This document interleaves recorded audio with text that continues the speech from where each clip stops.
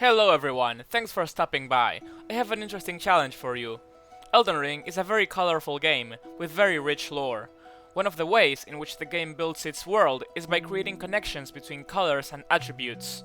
Blue can be immediately associated with glintstone magic, yellow always has something to do with the Flame of Frenzy, and so on. However, there is one color that is often overlooked, the color green, so easily forgotten. With green being the color of life, you would think that it would have very powerful items representing it. Sadly, the truth is that green is restricted to a few weapons and poison, which is not very good. But I am not deterred. I think that with enough dedication and skill, we can create a build to harness the full power of this beautiful color. Join me as I build the green party of the Realm of Shadow. Can you beat Elden Ring DLC with only green? Before we start, we need to set some ground rules. What exactly do I mean by only green? Well, I will be attempting to beat this DLC by only doing damage using green weapons, consumables and attacks. I am allowed to use non-green items as long as they don't deal damage, but I will try to keep the build as green as possible. Secondly, I am trapped in the DLC. This means that I can only use runes, equipment and upgrade materials that are found in Shadow of the Erdtree. Then, no frost or bleed infusions. I believe these infusions make the game too easy, and of course, are not green. Lastly, to add insult to injury, I can only upgrade my Shadow Tree Blessing to level 10. Why? Because I hate myself, that's why. Without further ado, let's begin with the challenge. I enter the DLC as a level 1, homeless waste of skin, without any equipment to my name. My first idea is to purchase the deadly poison perfume bottle from Thiolier, certainly a very green weapon. In order to do this, I would need some cash, so I travel all the way to the Fort of Reprimand to get a Shadow Rune +4 and a Rune of Marika. This allowed me to easily buy the perfume bottle, as well as grant me a sizable HP bar. The next hour or so was spent collecting Shadow Tree fragments and somber smithing stones to bolster my perfume bottle. A very fun experience. I also may or may not have told Moore to kill himself. I managed to upgrade the bottle to +8, got the Outer God Heirloom for more arcane, and immediately decided to try my luck against the Dancing Lion. It did not go well, like at all. I'm going to be very honest with you, I actually suck at this game, and here I am, using an under-leveled character with a D-tier weapon that is not even maxed out. What followed was a series of me gathering certain items in hopes of becoming stronger, only to be slayed like 20 more times by this abomination. Got the two-handed sword talisman, died. Got Moore's armor and shield from his corpse, died even more. Plus, I'm a horrible person now. I got the upgraded turtle talisman, died like a moron. What I needed was evident, more HP, so I searched far and wide looking for easy prey. I decided to make it all the way to the church district and get another Rune of Marika, as well as a Rune of an unsung hero, which gave me an enormous amount of runes. I also went out of my way to kill Black Knight Edras. I dealt very little damage, so the fight took a long time. If there was one boss I didn't see myself having to master, it was this one. After this small escapade, I had a whopping 60 vigor, enough for the whole run. I put on some armor and managed to clutch the boss with no heals and with a smidge of health. I am so good.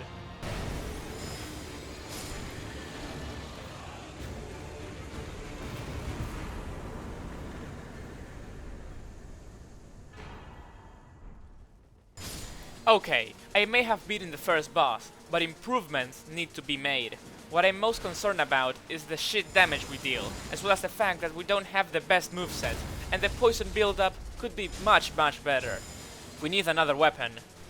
For this reason, I made my way to the Fog Rift Catacombs, where I farmed this little imp guy till I got the Lizard Greatsword. This weapon has many advantages, namely, it is not a bottle filled with literal farts, and it is a greatsword, which already makes it very good.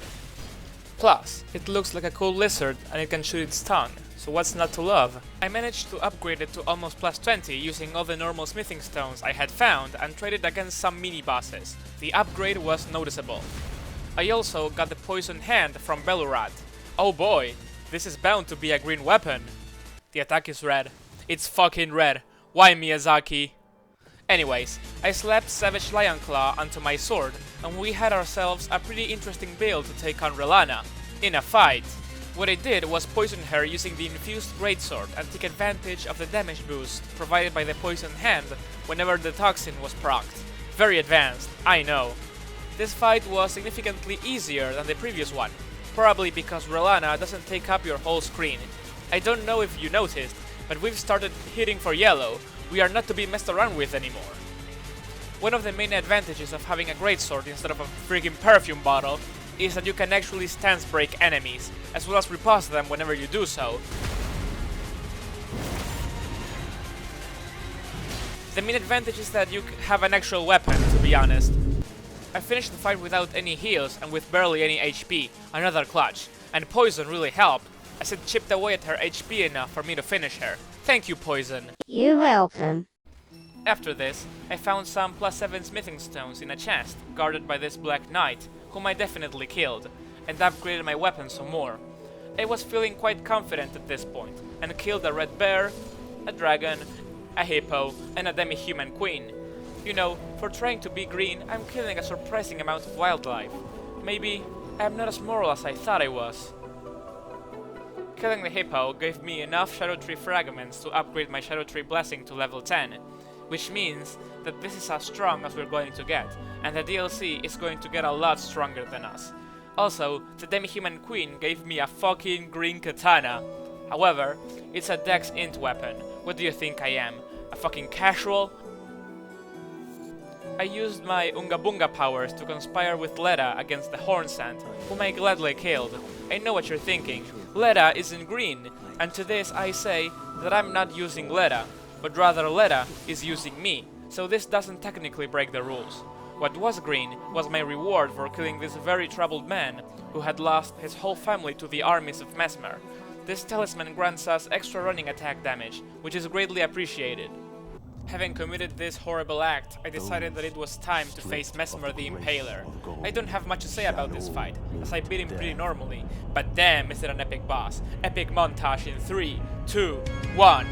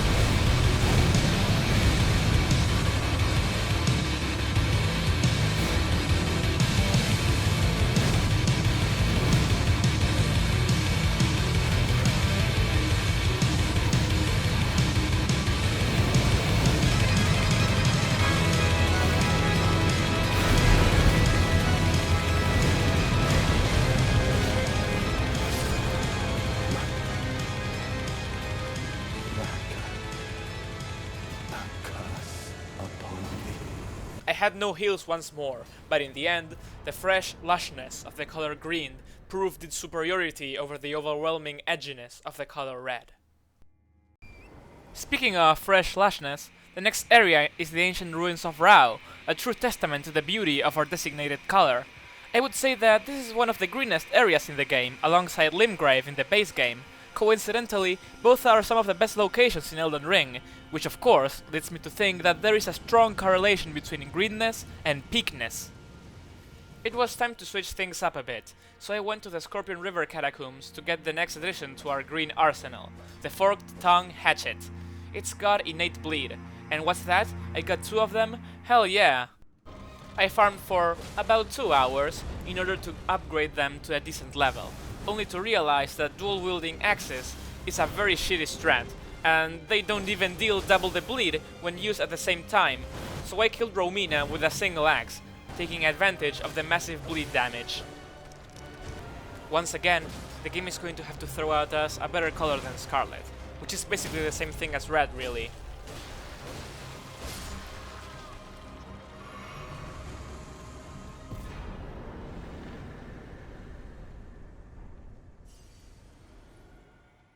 I burned the ceiling tree in order to gain access to Enir Elem. Jesus, first I started killing wildlife and now I'm burning trees. What is this, the Amazon rainforest? Once in Enir Elem, I quickly grabbed some +8 smithing stones in order to upgrade my greatsword to max level. Since I already had 60 vigor, all the runes I was getting were spent on strength and endurance, in order to be able to carry more parts of the verdigris set. I also started looking for some more means of dealing green damage. It was time to get some pots. To pot it up, if you will. After grabbing hold of all hefty cracked pots, I crafted both poison and dung hefty pots. However, the dung pots weren't green enough. They were rather yellowish. I don't know what disease this can be attributed to, but it just won't do. Besides, there are two types of poison in Elden Ring. The dung pots and the deadly poison bottle deal deadly poison, which lasts for a very short duration, but deals high damage. Then, there is normal poison, which lasts considerably longer, but deals less damage per tech. The choice between one or the other depends on how often you can proc poison. However, Elden Ring has a stupid mechanic that makes enemies become more resistant to ailments the more you proc them, which just makes no sense. If I eat a rod of uranium and get radiation poisoning, I will not become stronger to further exposure to the disease.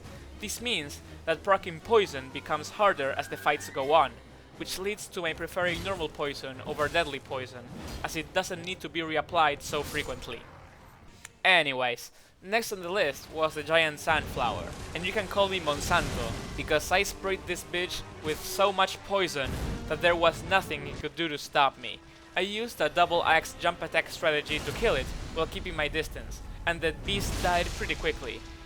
I realized that, instead of protecting nature, I was able to use it for my own benefit. I could consume it, harness it, harvest it, and become even stronger. Yes. Before dealing with the final bosses, I wanted to take care of all the optional content first, starting with Midra. Now, this guy is doing the yellow only run. I came up with the idea first, so I won't have it. For the next 4 bosses, I started to cook a pretty interesting build that I had never tried before. Let's call it the green tank. I got the verdigris discus, another green talisman, from the hidden section of the ancient ruins of Rao, and I equipped the entire verdigris set, which heavy loaded me. The verdigris discus gives you more resistance if you are heavy loaded or over encumbered, so it was a perfect addition to our green tank. The verdigris set and discus provide insane protection, and Jory stood no freaking chance. I finally got my revenge for the 60 times or so he killed me during my level 1 run. I could just tank everything while retaining my green epicness.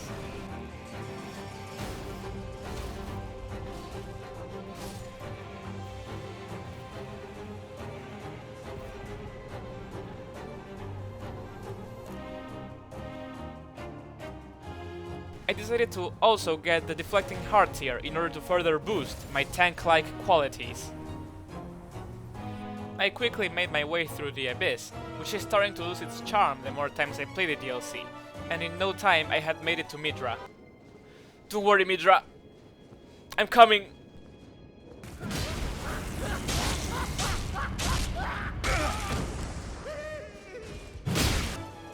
The build was actually quite good for phase 1. I was deflecting his attacks, tanking everything, breaking his posture every 2 strikes. But phase 2? Yeah, it was horrible. Tank builds just don't work against a boss that can proc madness so quickly. I ended up killing Midra using pretty straightforward strats, because the green tank just was not made for this fight. You yellow piece of shit! However, the same cannot be said of the next 3 bosses. The green tank absolutely annihilated Gaius, the Putrescent Knight, and Meteor. You really need to try this build, because there is no stopping the green tank. Fire!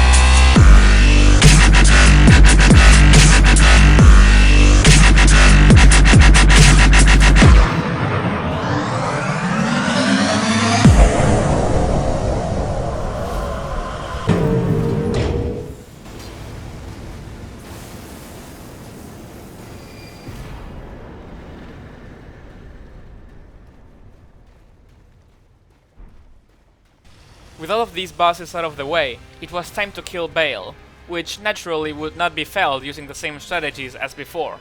I went for a more nimble build and really took advantage of poison damage. I realized that poison is very useful for longer fights such as this. When the boss has a gargantuan HP bar, having a form of passive damage can really come in handy. I realized that I had developed a newfound love for poison. It is not the best status effect in the game, but it definitely has its charm. Also, the deflecting heart tier is amazing when it comes to deflecting Bale's nuclear bomb moves. Just look at this! Well, it is time for the final bosses. I quickly dispatched Michaelis Knights, as I had secretly been plotting against them this whole run. I reflected on Moore, whom I had told that life isn't worth living so I could get his green armor. His death allowed me to accomplish so many great things, but I wondered, was it all worth it? I started this run trying to protect nature and show everyone its power and beauty, but I ended up destroying everything in my wake. I used poison and steel in order to quell the lives of the very flora and fauna that make up this land. Also, I could become stronger. My quest had become nothing but power. Power for the very sake of it. I had truly become a corrupt individual, but there was no going back. In order to defeat Radon, consort of Mikola, I used every tool at my disposal.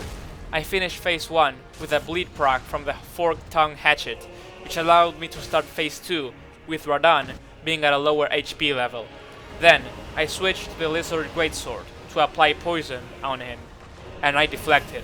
I parried and deflected like no one else had done before.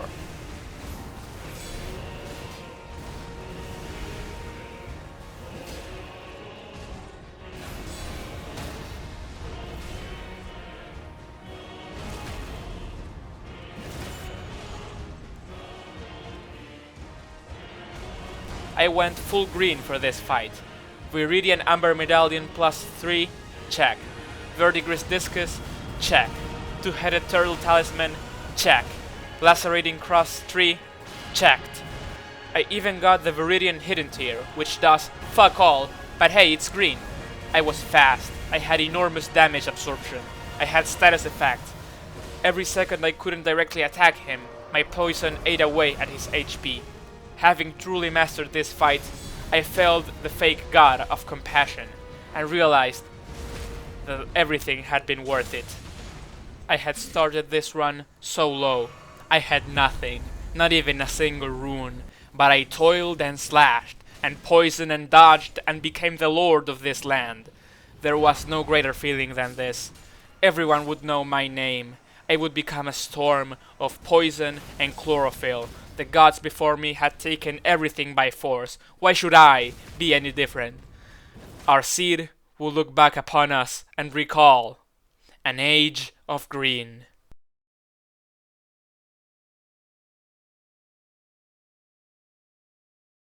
Well, so much for my sanity.